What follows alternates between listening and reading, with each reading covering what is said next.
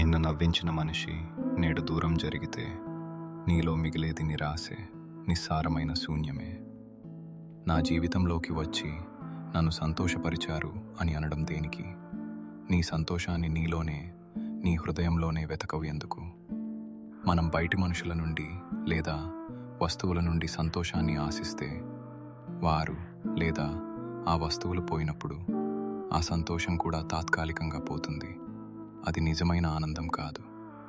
మీరు ఎంత పెద్ద కష్టంలో ఉన్నా మీరు భోజనం చేయడం మానరు కదా.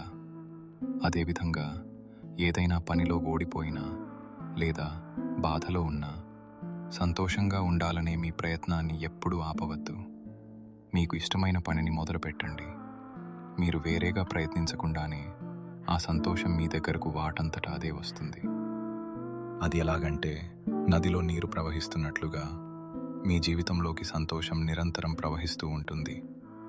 మీ మనసును నింపే ఆ పనిని మొదలు పెడితే వెతుక్కునే అవసరం లేకుండానే మీరు ఆనందంగా ఉంటారు.